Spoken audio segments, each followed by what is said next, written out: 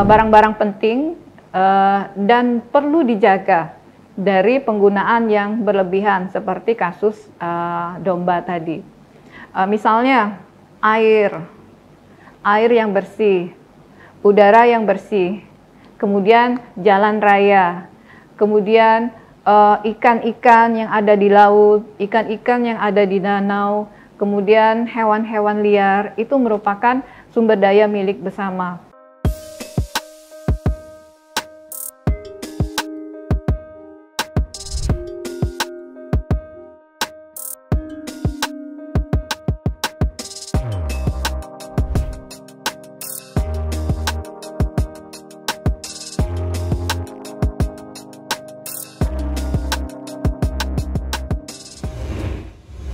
Oke, selanjutnya masalah yang terjadi pada barang publik adalah karena barang tersebut sulit untuk menetapkan harga dan pihak swasta biasanya tidak akan menyediakan barang publik tersebut.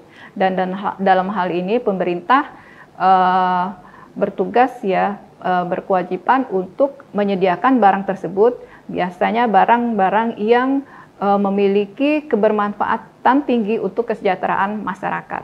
Nah, untuk hal itu maka diperlukan satu analisis yang disebut dengan analisis biaya manfaat atau cost benefit analysis. Nah, cost benefit analysis ini merupakan suatu studi yang membandingkan biaya dan manfaat dari penyediaan suatu barang publik kepada masyarakat. Nah, untuk memutuskan bahwa apakah menyediakan barang publik atau tidak, pemerintah harus membandingkan dulu manfaat dari penggunaan atau penyediaan barang tersebut untuk masyarakat. Nah, berapa besar manfaatnya dan dibandingkan dengan berapa besar biaya penyediaan dan pemeliharaan barang tersebut. Misalnya suatu saat pemerintah mempertimbangkan untuk membangun jalan raya yang bebas hambatan. Nah, untuk melaksanakan hal tersebut, pemerintah harus membandingkan manfaat keseluruhan dari barang tersebut. Jadi secara ekonomi, berapa besar kebermanfaatan membangun barang tersebut dibandingkan dengan total biaya pembangunan dan pemeliharaan barang tersebut.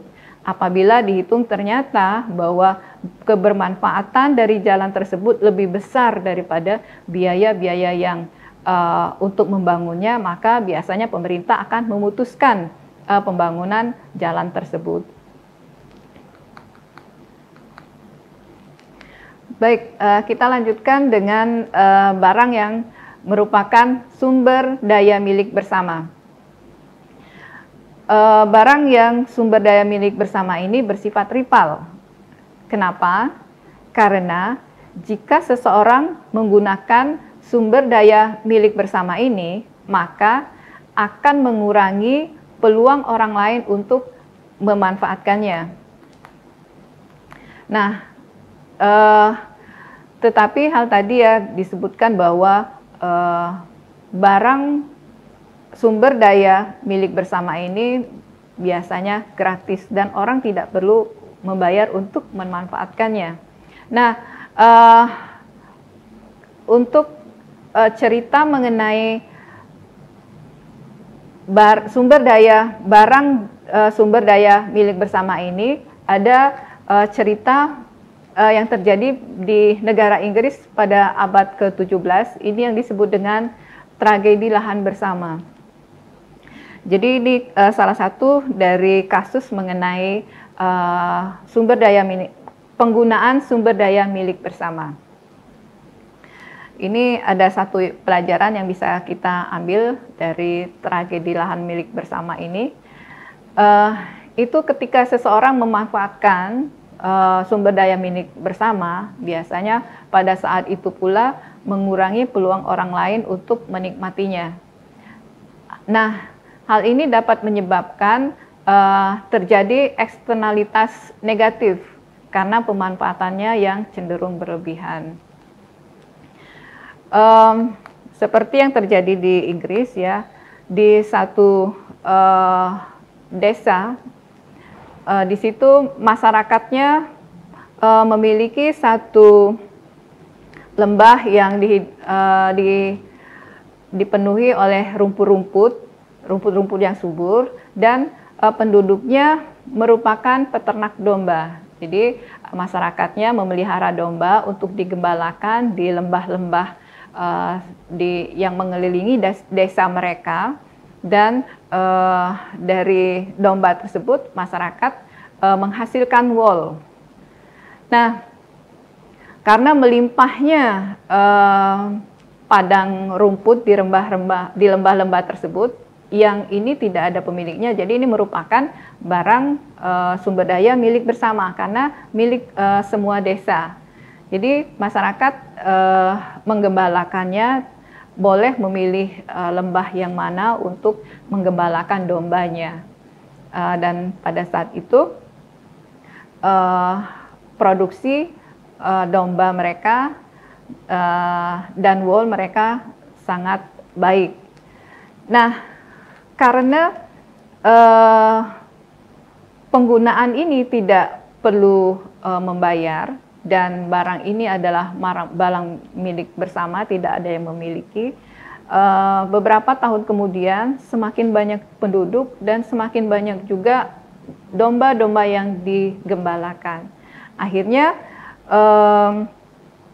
lama-kelamaan padang rumput yang semula subur tidak mampu lagi memenuhi kebutuhan dari domba-domba tersebut, ya, karena sudah berlebih sekali, banyak sekali domba-domba yang digembalakan di sana, sehingga lama-kelamaan lembah-lembah di sana itu menjadi gersang, dan domba-domba pun semakin lama semakin berkurang, dan produksi wool di desa tersebut banyak yang mengalami kebangkrutan. Nah, tentu saja hal ini merupakan satu hal yang dapat diambil pelajaran, bahwa penggunaan barang-barang sumber daya milik bersama yang berlebihan itu mengakibatkan tragedi seperti itu.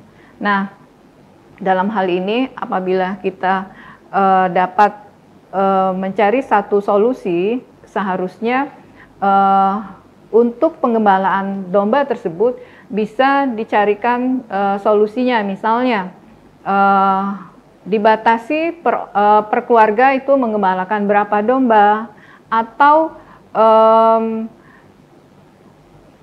keluarga-keluarga di sana itu diberikan batasan-batasan penggunaan lahan.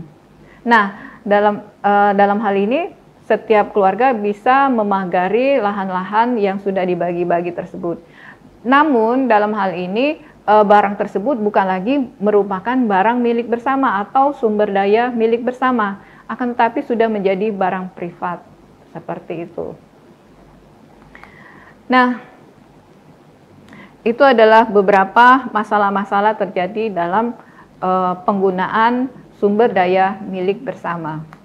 Nah, seperti yang kita ketahui bahwa dalam keseharian kita banyak sekali menggunakan barang sumber daya milik bersama, dan ada hal-hal barang-barang penting dan perlu dijaga dari penggunaan yang berlebihan, seperti kasus domba tadi.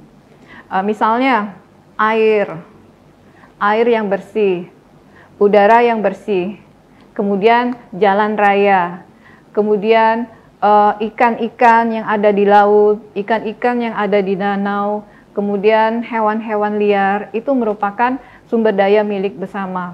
Ya, jadi tidak semua memiliki barang-barang tersebut, namun kalau tidak dikelola dengan baik, biasanya akan terjadi penggunaan yang berlebihan. Nah, ada kasus lagi mengenai antara barang sumber daya manusia, sumber daya milik bersama, dan barang privat. Nah, seperti kita ketahui, misalnya kasus mengenai hewan-hewan liar seperti ikan paus, gajah, itu adalah barang sumber daya milik bersama. Jadi semua memiliki, karena barang tersebut hewan tersebut hewan liar, jadi semua orang merasa boleh memburunya dan memilikinya. Nah, akibatnya sering terjadi perburuan liar yang menyebabkan hewan-hewan liar tersebut akhirnya menjadi punah. Nah, kasus yang lain seperti sapi, ya, kita tahu bahwa sapi adalah barang yang banyak dimanfaatkan oleh masyarakat kita untuk dikonsumsi. Nah, yang menjadi pertanyaan, kenapa sapi tidak menjadi punah padahal sering dikonsumsi. Nah, dalam hal ini kita lihat bahwa sapi ini sebenarnya dilindungi oleh karena bersifat privat, ya. Jadi sapi itu merupakan barang privat. Jadi keberadaan sapi, masyarakat yang memelihara sapi, ya, mereka berusaha untuk mengembangbiakan sapi tersebut untuk dijual, ya, dan memperoleh keuntungan dari penjualan tersebut. Jadi sapi ini ada harganya. Nah, dalam hal ini kita tahu bahwa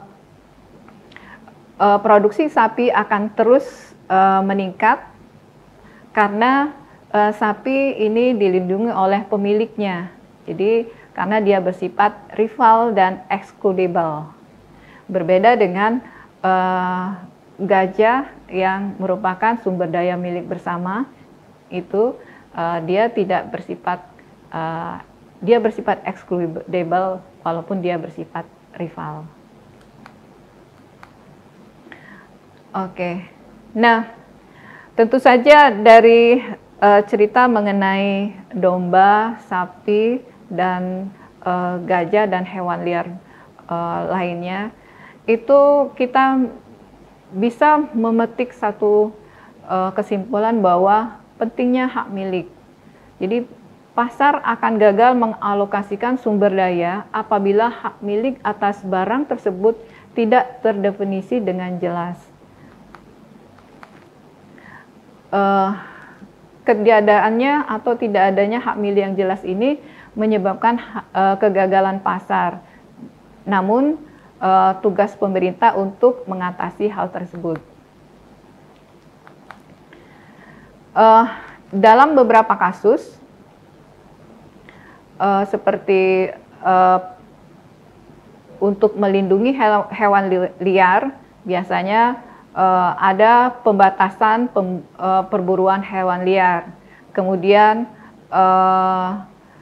misalnya penggunaan pendapatan dari pajak untuk pertahanan dan keamanan nasional, itu untuk menjaga keamanan nasional milik bersama.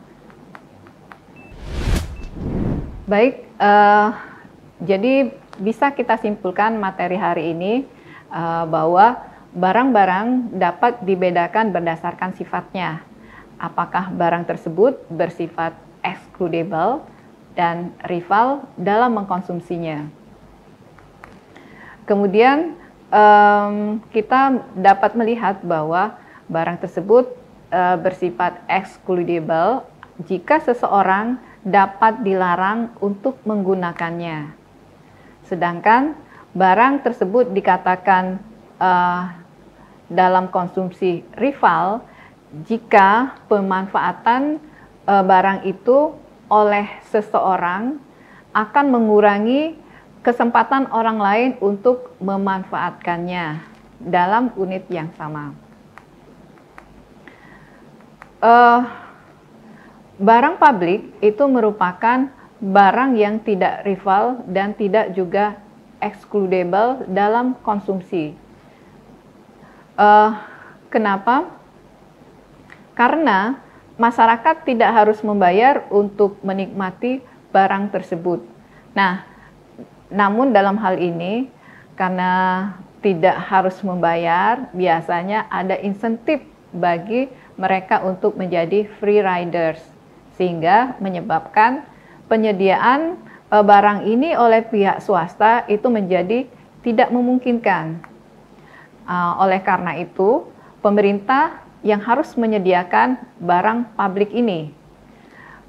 Mengenai berapa banyak jumlah yang akan disediakan, biasanya harus didasarkan pada analisis biaya dan manfaat. Sedangkan untuk sumber daya milik bersama bersifat rival dalam konsumsi, tapi tidak bersifat ekskludibel. Karena masyarakat juga tidak harus membayar untuk menikmati manfaat barang ini, maka akan ada kecenderungan penggunaan barang ini secara berlebihan. Nah, untuk itu perlu adanya pembatasan-pembatasan dalam penggunaan sumber daya ini. Biasanya pemerintah berupaya melalui kebijakan-kebijakan.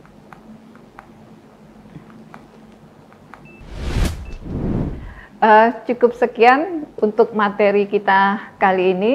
Semoga bermanfaat untuk kita semua. Terima kasih. Sampai jumpa pada materi yang lain dalam channel Kuliah Teknokrat. Assalamualaikum warahmatullahi wabarakatuh. Terima kasih sudah menyaksikan video pembelajaran ini.